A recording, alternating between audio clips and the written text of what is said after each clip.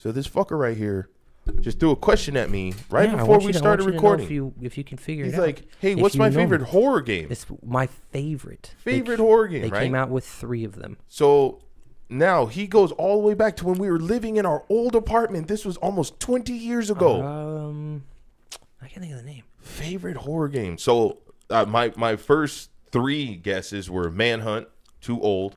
Evil Within, close but not quite. Well, I guess those are 2. There was 3 of them. Mm-hmm. There's 3 of them. Last of Us? No. Damn, I can't believe you don't know it. I probably do, and I can't think of the name. Well, the creators of this game. Fuck off. They disband after they made them. The name of the creators of the game was called Visceral. Mm-hmm. And Visceral was like the gameplay was just so fucking graphic that like some people just couldn't fucking play it. It was too much. Really? Yes. Because it was like body dysmorphia and memorments and stuff like that. And people from the same... And so that game's been done... Both the first, second, and third one have been done since, 2013, 2014. But that launch in between, people have been wanting reboots. So they're remastering it, and it comes out again next year. They're remastering that one, the very first one, which is going to be... Dying Light. No. Fuck. Fuck. They're remastering it, but then the people that were part of that company branched off. I know what it is. It's that space game. Yes. It's the space game. Yes, Left 4 Dead? No. But it's a space game. That was the other space, or that was the other zombie game. Yeah, but it's a space game.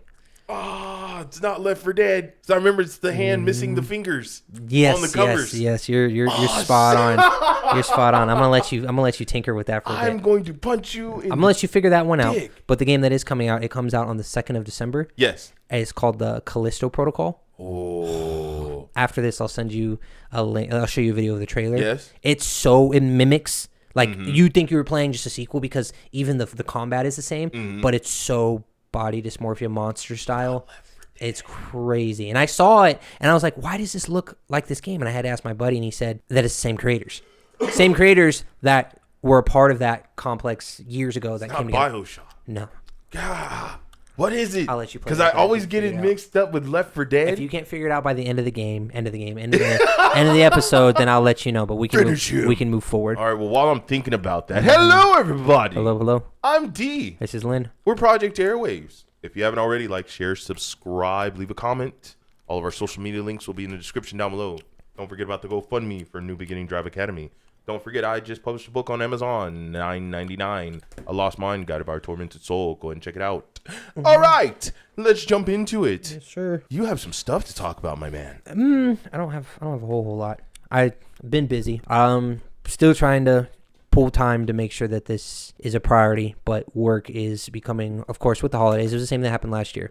Overwhelmed with needing new officers to fill in the spots. Bodies. New Year's coming right around the corner, so they want an abundance of officers trained.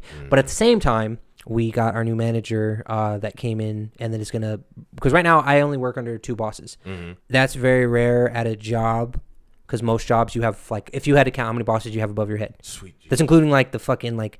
The vice president of the entire company. That's a lot. I would say probably about 6 people, maybe 4 to 6 people above me. And then above so... To get to the vice president, though, you're talking...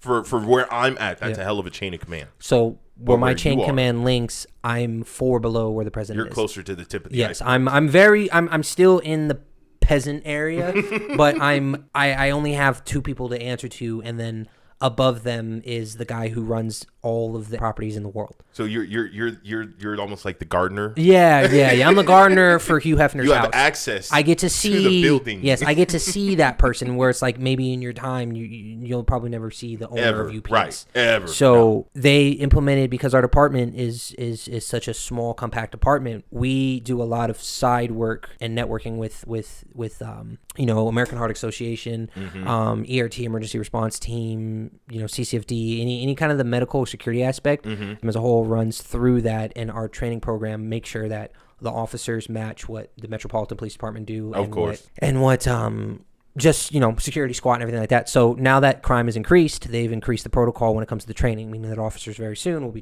they'll be able to do strikes with both batons, with hand-to-hand grappling. Even today, it's about time. Even today, for 30 minutes of the day, I was able to teach jiu-jitsu. Right. Not that I'm certified to do that. It's just This That's new how manager rough that came shit in, is. she's only been here for 2 weeks. She came from a third-party company, the company that trains SWAT and all that stuff, from Cleveland, Ohio. She came in. Okay. She came in. She has the background for it, so we're getting a discount for her training, but she also became a manager, and she's cool. Like, she's actually coming in and allowing me to put my input of my things. Yeah. And so they put me in this position where my title is, I won't put the whole thing out there, but I train new officers. They're cutting it in half to where now the legacy officers need to get updated. So the other team is getting split to go over there. You can't be in 2 places at once. You're either training the new or training the old. Right. I'm the guy who does both. So I'm the in-between. Universal soldier. Yeah, pretty much. So I've gotten that in-between title to do that. And I'm now this new program that's coming in, I get the chance to stamp my name on it. So when it's done, when I'm gone, it'll still be there. Right. And that'll be like, that I created that shit. That's You're me. that guy. Yeah, so I'm excited for it, but I was showing D the same pictures and the videos of how everything is. And Yes, it's like epic. It's a lot. It's a lot of physical activity, and it's like 8, 9, 10-hour days. See, I would say it looks like fun, but the thing is, I know how physically exhausting. And that is. I was just talking to people about it, and I was trying to kind of like explain where my tiredness is. I hate that when I get home because there's so much I want to do. Like when I came here, D had the new God of War playing in the background pretty much, and I had to like shun him, like, I can't watch this because I want to buy it so I can play it, but I know when I get a game like this Callisto Protocol, I will take days off to play this. Yes. Because I want to be able to sit and actually go into playing it, because I know it's going to take me time. But at the same time, work is like, something cool is coming, and it could possibly come with the promotion. Of course. And if everything gets in the direction, it could project me to do something more. Right. But at the same time, I want to fucking break. Yes. I'm tired. I mean, that's what it always boils down to. You know what I mean? It's like you're going to work more hours than not. And so, it's, you do your best to, you're going to have to sacrifice your life. You already know. The time is going to be gone. So you just hope at the end of the day, when you get to the end of the tunnel, that, it's a big enough light that you can be like, okay. You know what? It was And yes, worth it. I was talking to the girl about this, and I was trying to kind of like get perspective, because I have this mindset, and I've been told before from her, and I had another coworker mention it to me, that before this starts, I should ask for the promotion of this lead and take on the pay raise and do this, because right now I'm equaled out with 10 other academy instructors, and they're instructors in this academy. They don't do the physical aspect that I do, but there's a lot of like really crazy amount of like admin shit, like the fucking PowerPoints and Excel and just building programs. I could not fucking do, no matter how hard I would try. It's above my mentality to be able to process it. Like, I could do it and I could fumble fuck my way through, but different, at the level that they're running, Yeah. they should have been promoted and paid 100 times over right now. And right now they're doing this work for free. And it's coming across was, okay, well, now in my department, in my area of expertise, I'm doing the same amount for free. Yes. So to ask for promotion when these people that are doing the same as me that haven't asked for promotion got denied, it'll put me in this mentality of like, if I get fucking denied this spot, I'll not want to do anything. Right. But you're humble. That's the thing. So it's like I'm telling my girl with her working on starting her business and where she's at. There's certain things from an outsider's perspective looking in, I can tell her and she can take that in consideration. There are other things with her being on the inside that I don't know. So I can't be like, oh, well, you need to do this, you need to do that, because I'm not there. I don't understand, the everyday inner working. So you're there. You're in the belly of the beast. Right. So that's why it's like, if I am getting information from outside sources, not that I don't love and appreciate the information that I'm getting from her. It's, if you're not there to see what's happening, you don't understand why I'm hesitant about doing it, because I want to put it into perspective of, I want it. It's not that I'm not, like, me, I'm gung-ho. I'm going to fucking go for it because I know what my value is. This is my backdraft in my face. Well, if I ask for something when I'm not the first person to try and go for that, and there's other people that defensive tactics is only a portion of what this academy does. Of course. This other officer, she does everything for all 3 weeks, opposed to mine's just a 1 week thing. Right. And she practically does my manager right above.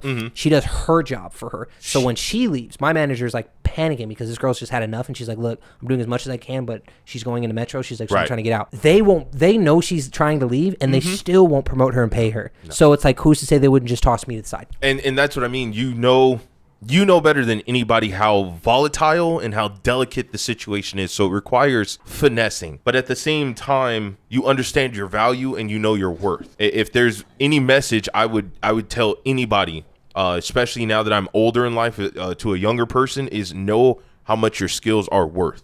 Because like even right now with me, I'm ready to quit my job at any day, ready to get fired any day, because I've been there 7.5 years. I'm just over it. But it's one of those things of, I know if I were to sever ties with that company, I could go to another company with my skill set and demand, okay, you're going to pay me this much more than starting value because I have the experience. Now, in your situation, you're trying not to step on toes. You know what I mean? You're also trying not to look like an overambitious asshole. Right. You know what I mean? You don't want to be the me monster, like, oh, I'm important, so I deserve the promotion. promotion. And that's exactly it. I don't want to start trying to fucking... I'm not trying to shake the net and make things fucking worse, because right now it's like, in the position that I'm in, I do like the challenge of knowing that I'm going to be making something. Yes. I like to be known that, like, literally, I don't have anybody on my team. And I don't think even if I were to get this promotion, nobody would be upset with it. Yeah, oh, no. Because everybody keeps pushing me towards, like, if the in-service new team...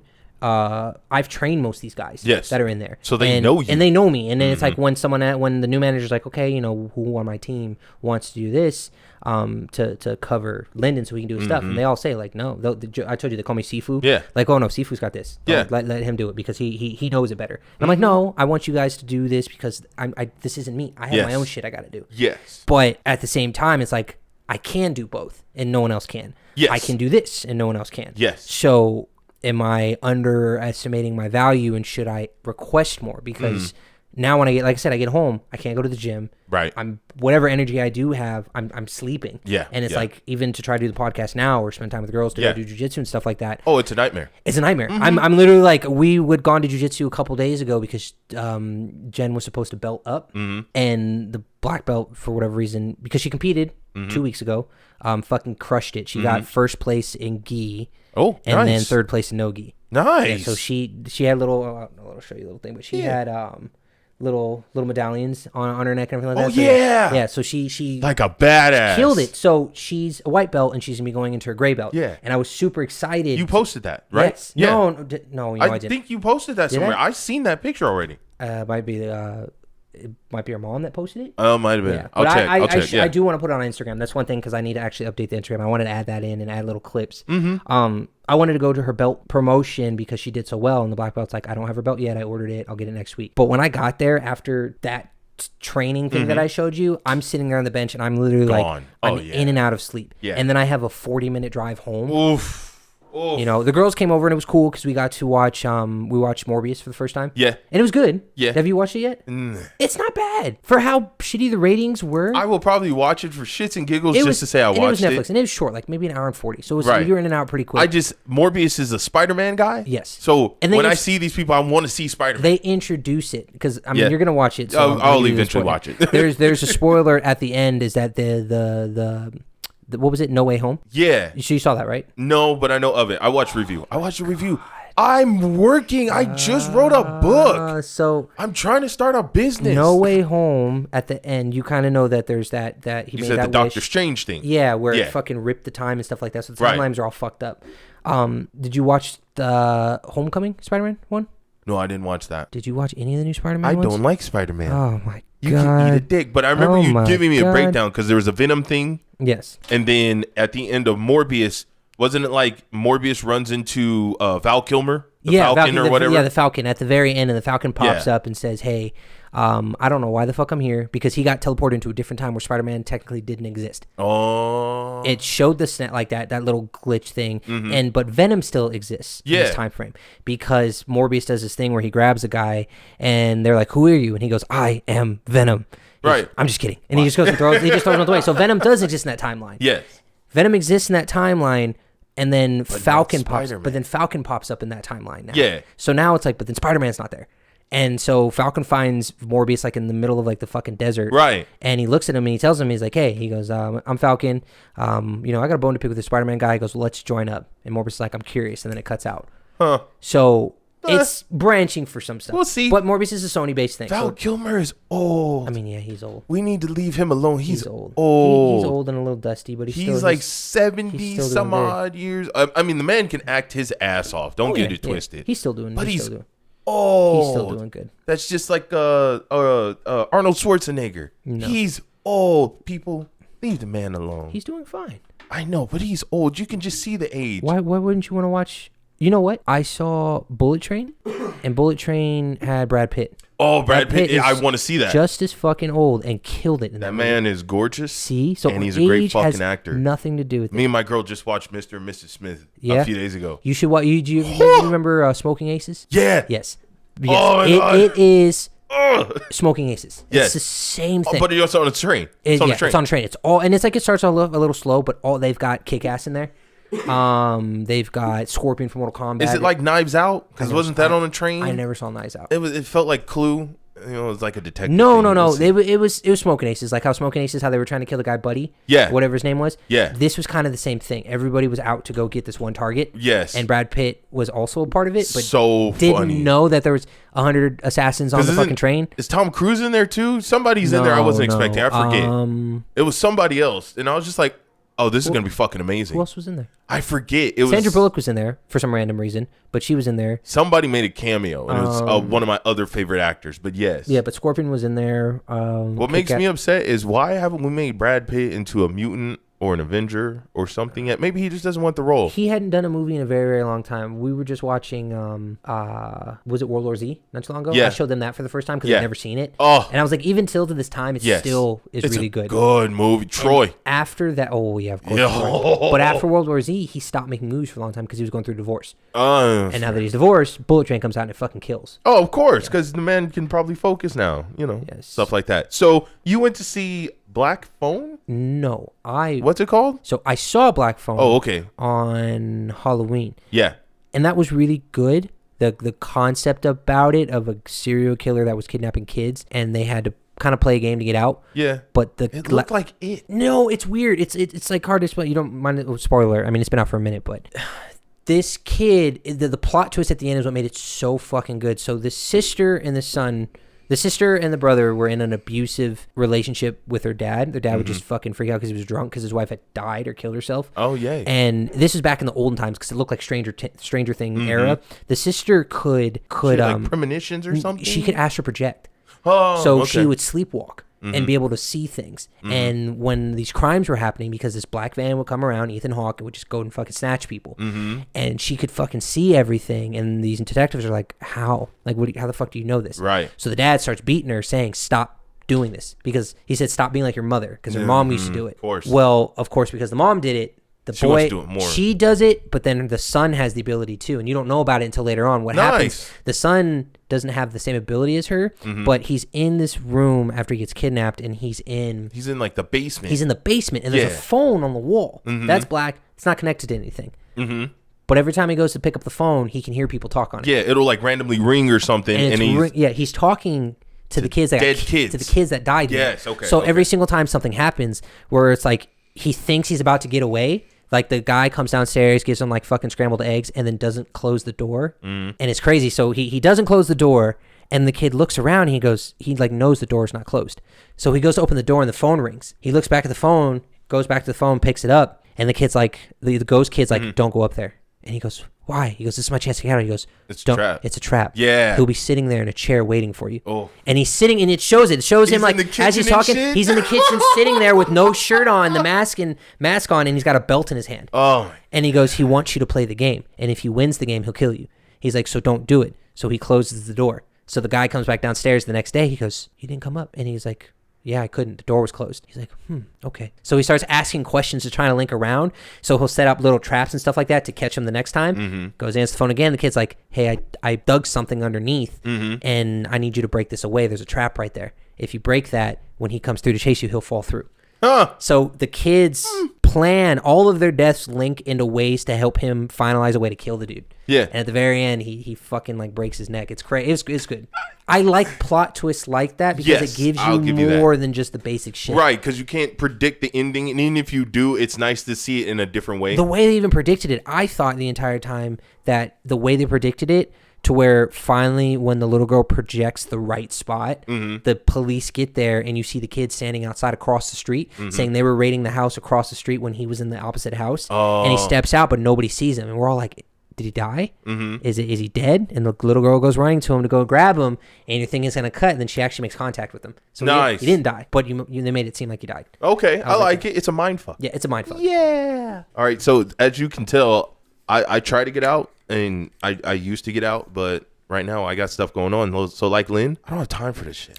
You have time. I don't. I if anything, we're both equally busy, and I still make time to do these things. Yes. Because if not, you end up locking yourself in this.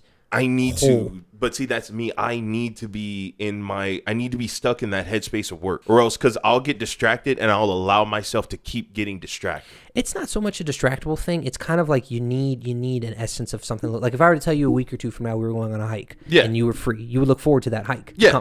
It gives you a reason to fish forward, because realistically, and this is one thing that I've learned especially with what I'm doing, because not to say that I'm doing any more than you, but obviously I have an outside job to your inside job. If I don't own that company and I don't own what I'm doing, I'm not gonna put my time into, like today, my plan was originally, because I've been I've been neglecting going to the gym because I'm burnt out working.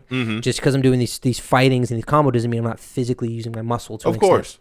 But then D responsibly hit me up and said, hey, I haven't heard from you in a minute. And I was like, you know what, you're fucking right. I put that on the back burner to make sure I did this. The gym's going to be a hobby. It's always going to be there. Just like jiu-jitsu would always be a hobby. It's prioritize your life around that main thing. Yes. Because if not, you're gonna, like 10 years from now, what you're doing right now, is it gonna matter? Not for this company, no. No. But and that's you're right. And that's where I went by the fork in the road, and I chose the path less traveled. So in this situation, whereas before, like you said, I would be maybe sinking all my time into overtime and just working, being exhausted, blah. Now I'm actually using my brain to the capacity that it's built for. So after I get off work, I go to my second job, which is the podcast. I'm editing, uploading, I'm recording videos of me writing poetry for my second book.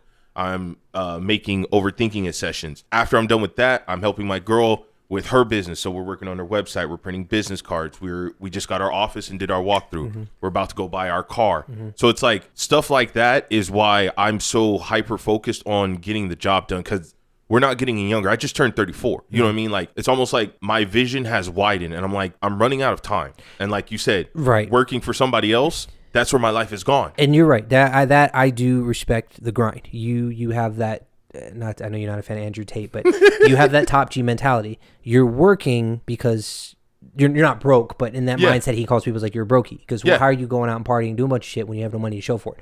Grind, make your money, do your shit, then go enjoy afterwards. That's how I feel. I'm just saying, in between. You're right, though. It's the mindset of, if you're always going to work.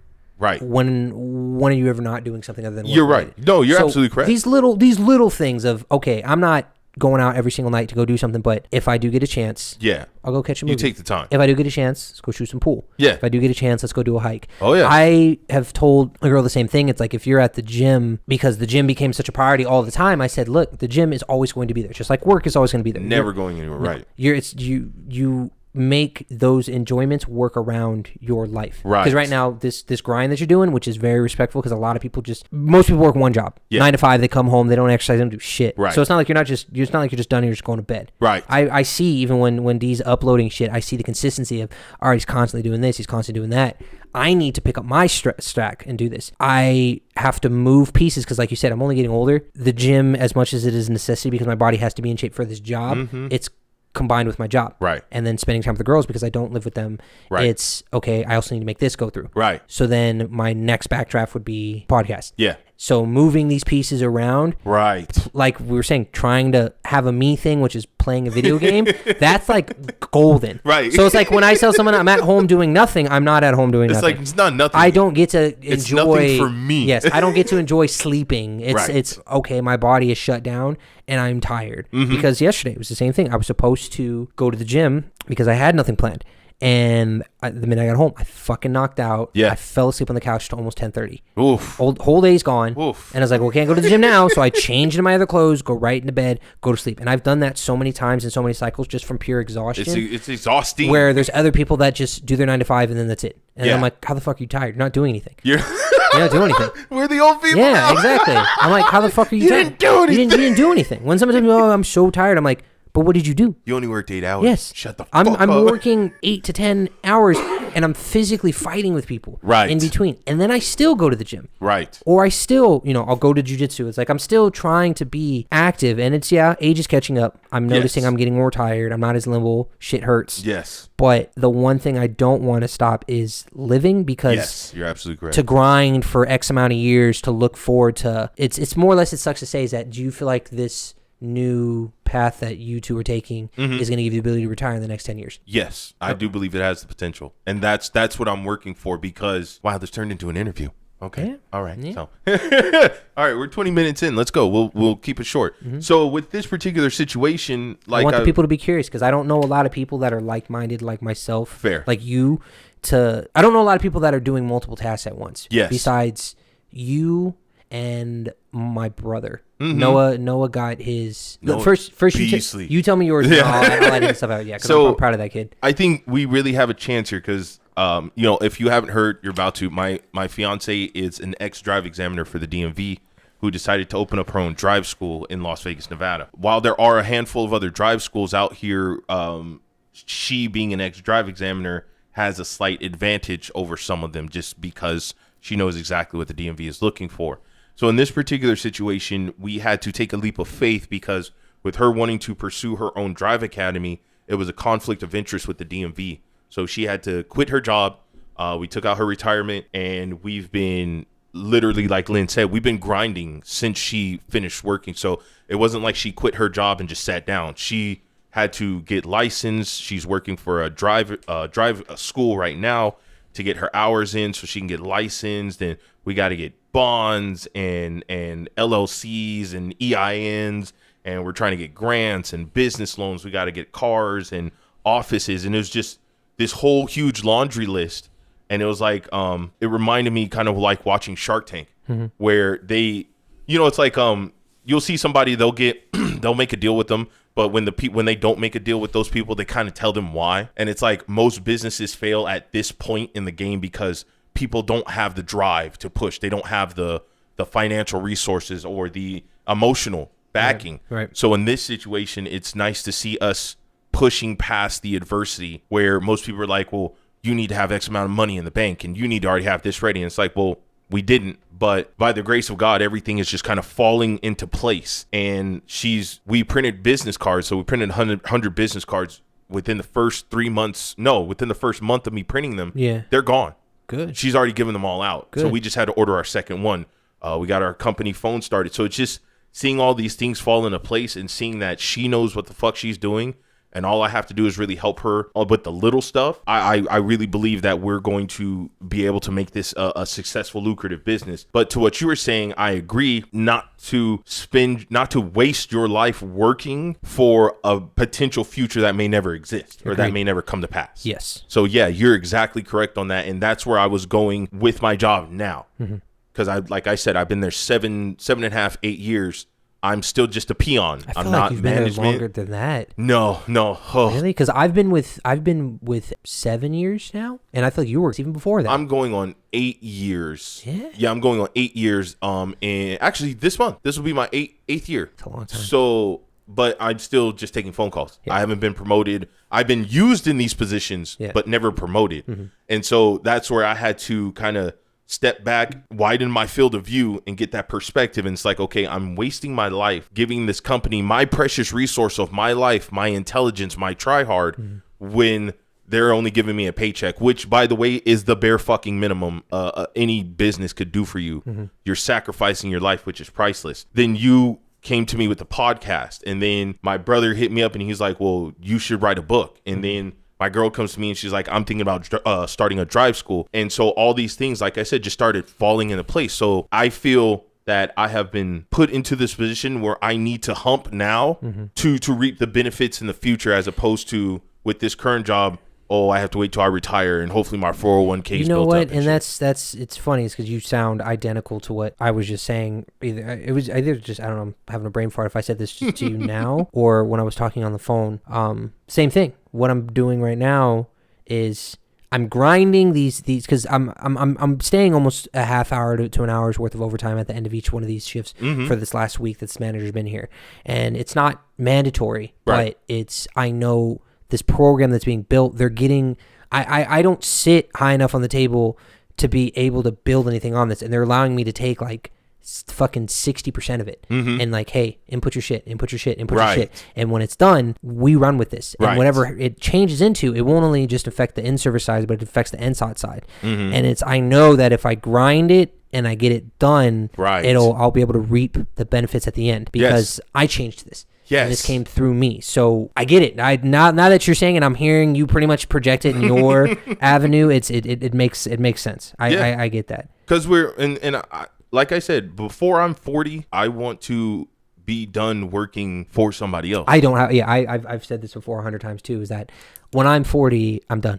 I'm not, even if I have to fucking scavenge the world and do something, rob a goddamn bank, I'm not in my 40s doing something I don't want to do. Exactly. Like the guys that I was training with at work, they're both retired. They're ERT. And anytime you're an ERT, because it's an emergency response team, you have to have prior military, prior law enforcement, all that stuff. The dude I was showing you, he's an ex Muay Thai fighter. Yeah.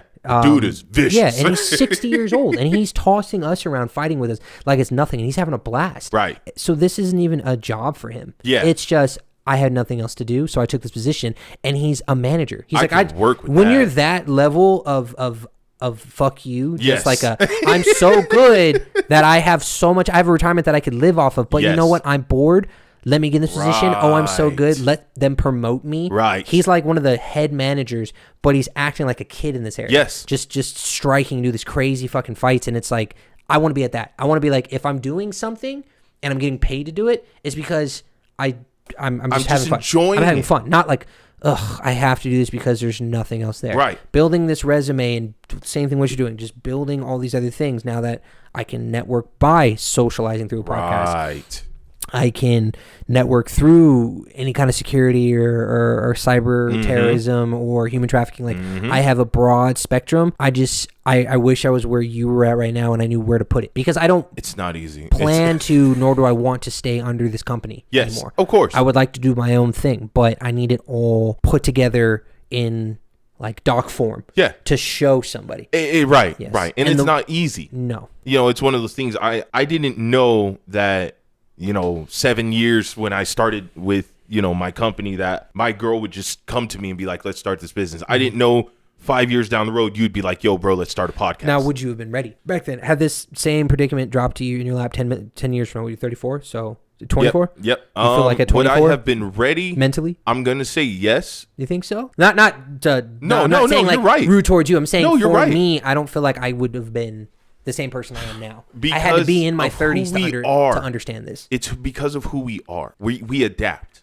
So now that I'm older, I'm more self-reliant, where it's like, okay, I need to know something, so I will go try to find it before I ask for help. Right. As where back in the day, I might have been like, okay, I'm just being lazy. Yo, just tell me what I need to do and I'll go do it.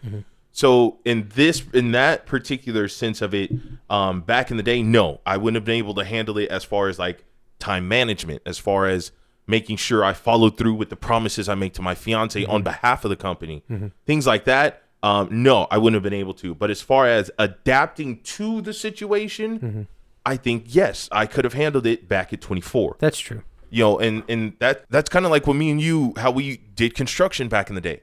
There's a certain level of badassery that you have to kind of take on to work in concrete, to lay rebar, to sit there for fucking hours and literally watching concrete dry. Yes. You know what I mean? And we're up there with Notch at least every weekend, 6 a.m, fucking 2, 3 o'clock, 4 o'clock in the afternoon. We're just coming home, exhausted. That did something to us.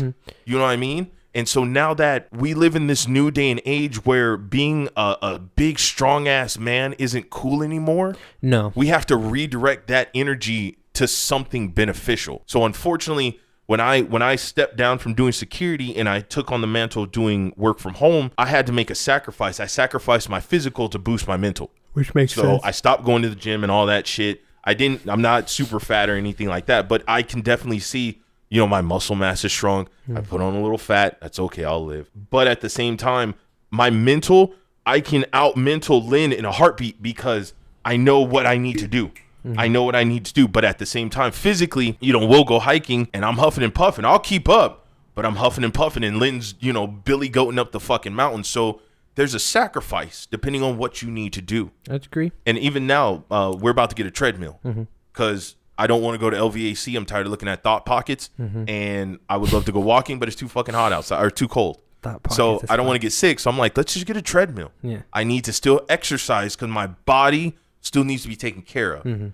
But my mind is like Super Saiyan. Yeah, your body definitely, and that's true. If you got the mentality of a Super Saiyan, but then you've got the body of Krillin or Yamcha, it doesn't do you any good. It doesn't do me no good. You've super succeeded your mental aspect to be able to take your cognitive ability to be able to dissect things is definitely above most people that I know. I try. And it hurts. I have the same thing where it's like I might not be as cognitively aware as you are, but I notice there's times, and I've had to check myself to humble myself more or less, is that if I'm having a conversation with somebody and I feel like to me it's common sense on what is to be said or done, and they haven't gotten it, I get frustrated. I'm like, how do you not know this? This is common fucking sense. Because I'm not feeling like I'm any smarter. But I do absorb information through podcasts. I do read books. I do study things that are important. And you're a critical thinker. Yes. So difference. If your mentality were to be, like, say, out of 100%, where would you put yourself? So physical to mental, what would you put yourself at? Nowadays, I would say definitely 90% mental, 10% physical. So mine's is probably, I want to say 60% physical, 40% mental. Yeah, I feel like I have a higher mentality than most. Yes. But I do attribute a lot of my stuff. You still have to split. Yes. I know that when it comes to certain situations, because of my physical attributes, I know that because I'm physically strong and technical with grappling and fighting, that when I do come across a conversation with certain people, right.